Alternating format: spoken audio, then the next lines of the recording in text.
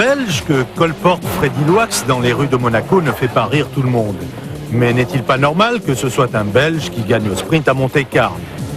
Pendant toute la première journée de ce rallye, le jeune Loax aura eu ainsi le loisir de faire répéter son nom par tous les commentateurs sportifs. Et son accent savoureux aura alimenté la chronique d'une journée de lente méditation.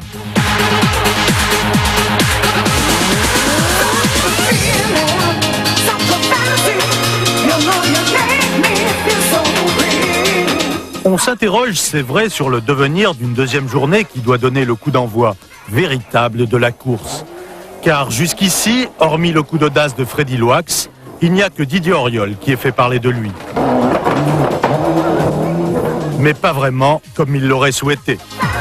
On a eu des petites coupures moteur. C'était un problème, c'était les essuie-glaces. Quand ils marchaient, ça touchait le fil de la bobine et ça me coupait le moteur.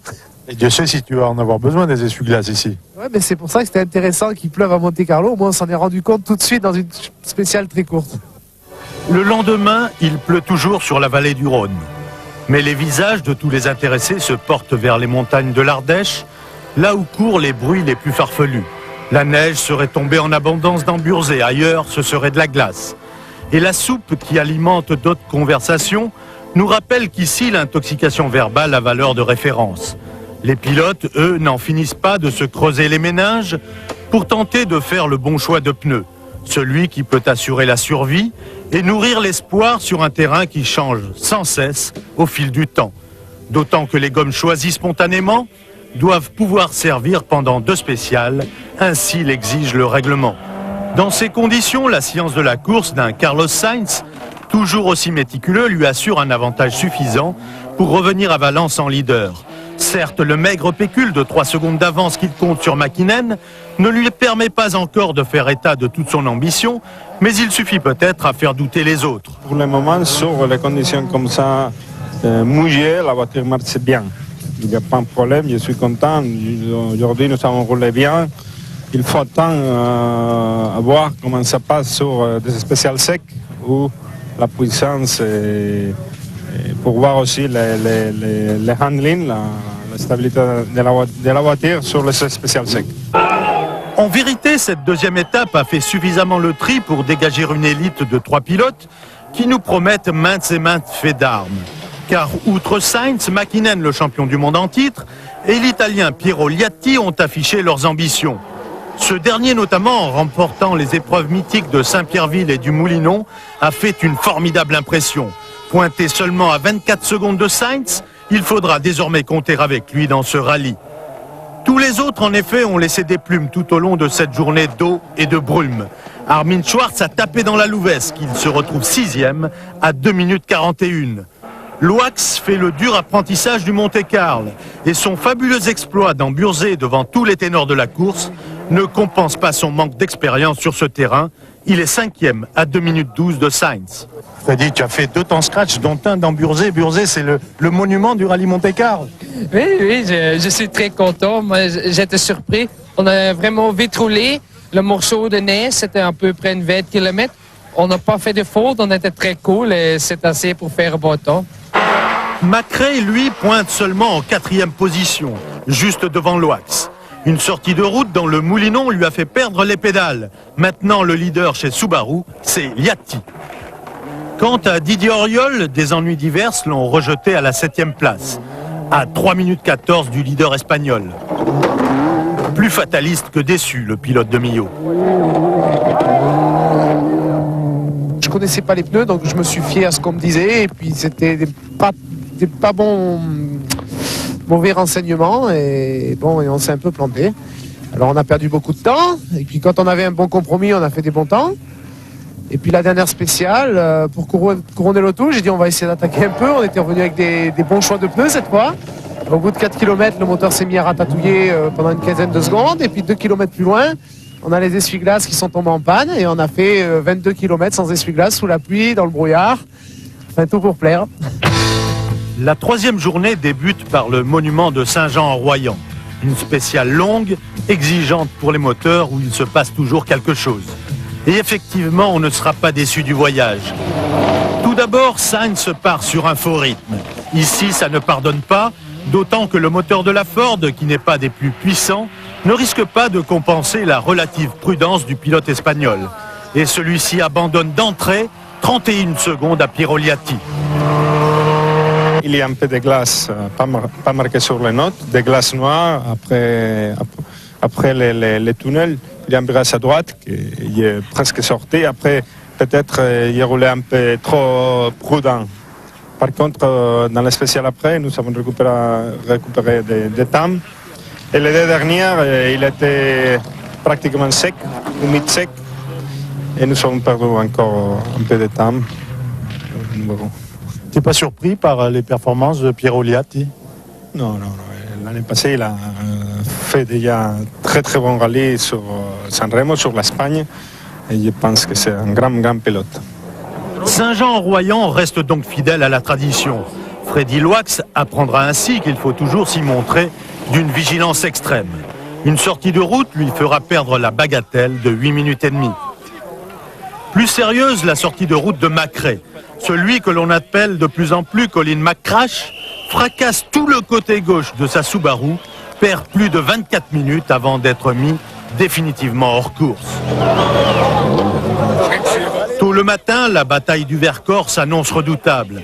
Et avec le soleil revenu sur un terrain moins pentu, du côté de Chichiliane, les Ford remettent les pendules à l'heure. Le scratch pour Armin Schwartz avec une seconde de mieux que Carlos Sainz. Yvon Perly, le maire du Patelin, sent pour lèche les babines. Sa spéciale a fait du DK, 12 secondes de perdu par Mäkinen et 25 par Liatti. Le rallye rebondit. Bientôt, il perdra en route un Didier Auriol plutôt amer qui avait espéré beaucoup mieux de cette opération montée par Fort-de-France. La rupture du différentiel central de son escorte Cosworth pousse Didier à l'abandon. Après Saint-Jean-en-Royan, j'avais une voiture un peu bizarre, louvoyée un peu, difficile à conduire. Après, on a eu des pertes de puissance sur le turbo, on a cassé le turbo. Dans la dernière, dans le Perty, dans la montée, ça commençait à serrer un peu. Et on avait du mal à sortir des épingles. Et la voiture était inconduisible, évidemment, puisqu'on n'avait plus de contrôle. Et puis dans la descente, ça bloquait à l'arrière, les roues se bloquaient. Non, c'est fini. Loax, de son côté, fait connaissance à nouveau avec les bas-côtés. Mais en panne de marche arrière, il doit attendre longtemps avant de pouvoir reprendre la route. Perte sèche, 25 minutes et demie, le jeune pilote belge, héros des premières heures, ne perd pas pour autant son éternelle bonne humeur. Et si tu ne connais pas trop bien le rallye de Monte Carlo, tu dois rouler sur le note pour 100%. Et tu dois encore une fois rouler sur le note d'ouvreur et toujours ça. Parfois, ça vient de peu trop compliqué et on fait des petites erreurs qu'on paye très cher. Comme Sainz sera handicapé un peu plus tard par des problèmes de frein, c'est l'Italien Pieroliati qui fait la bonne opération de la journée. Beaucoup de monde sur ce Monte-Carlo semble découvrir le talent et les qualités de Pieroliati. Pas moi. Mais est-ce que toi, tu es surpris même par tes performances? Parce que c'est au tout très bon niveau. Moi, je suis très à l'aise sur l'asphalte. Je ne suis pas un inconditionnel du Monte Carlo car c'est toujours une course très difficile. Les conditions sont atypiques. Mais elle me plaît tout de même. C'est une course que je n'ai fait qu'une fois en 95. Et maintenant, on est là en train de se battre pour la victoire. Et on espère d'y arriver. Speriamo che continui così. Vediamo domani. Vediamo domani, sì, sicuro. Grazie. À Gap, à la fin de la troisième étape, l'Italien devance Sainz de 3 secondes et se place dans le sillage immédiat d'un Tommy Mäkinen qui semble dominer la situation avec une belle autorité. Le champion du monde dispose en effet d'un avantage de 24 secondes qui doit lui permettre d'envisager la suite de l'histoire avec optimisme. Je pense que beaucoup de choses restent possibles. Je vais essayer de faire le maximum. Il y a eu des spéciales très dures aujourd'hui et encore une très difficile demain matin avec Sisteron qui sera très importante pour commencer la journée. C'est très dur, c'est vrai. J'ai quand même un mince avantage, mais c'est toujours mieux que rien. Mäkinen avait bien raison de se méfier de Sisteron. C'est là en effet qu'il va abandonner la première place à un Pieroliati en état de grâce, car sous la pluie, au pied de la fameuse citadelle, l'Italien est le seul à faire le choix de pneus idéal. Même Carlos Sainz, qui a toujours été très inspiré sur ce terrain, se fait piéger avec des pneus neige décloutés. Liatti frappe donc un grand coup en reléguant l'Espagnol à 9 secondes et Tommi Mäkinen bien plus loin à 38 secondes. C'est lui qui prend la tête de la course. Le rallye est en train de basculer en sa faveur. Mäkinen sent bien qu'il lui faut réagir rapidement et il prend alors tous les risques. Mais hélas pour lui, une crevaison puis une touchette l'obligeront à abdiquer toute ambition. Reste donc Sainz pour apporter l'ultime contestation à Piero Liatti. Quelques problèmes de frein ajoutés au mal chronique de la Ford, son manque de puissance, ne permettront pas à l'Espagnol d'aboutir dans son programme audacieux. D'autant que Liatti réussit une fin de course époustouflante. Il s'adjuge en effet les 3 derniers chronos avant d'entrer en vainqueur à Monaco. Et l'ultime épreuve sur les 4 km dans les rues de la Principauté lui servira surtout à effectuer les 3 tours d'honneur d'une course menée de main de maître.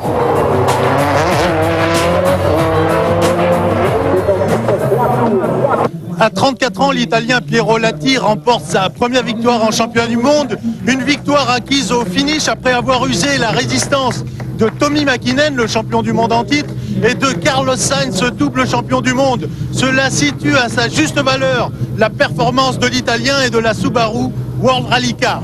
Carlos Sainz termine deuxième à 55 secondes de l'Italien, en considérant sans doute que les 6 points engrangés ici lui permettent de faire la bonne affaire face à ses rivaux du championnat du monde, car Liatti, lui, ne doit disputer que 4 courses. Carlos, tu es déçu? Un peu. Pas trop. Pas trop. Tu as le sentiment que tu as fait le maximum? Oui. Je ne pense pas que c'est possible de faire plus. Je ne pense pas.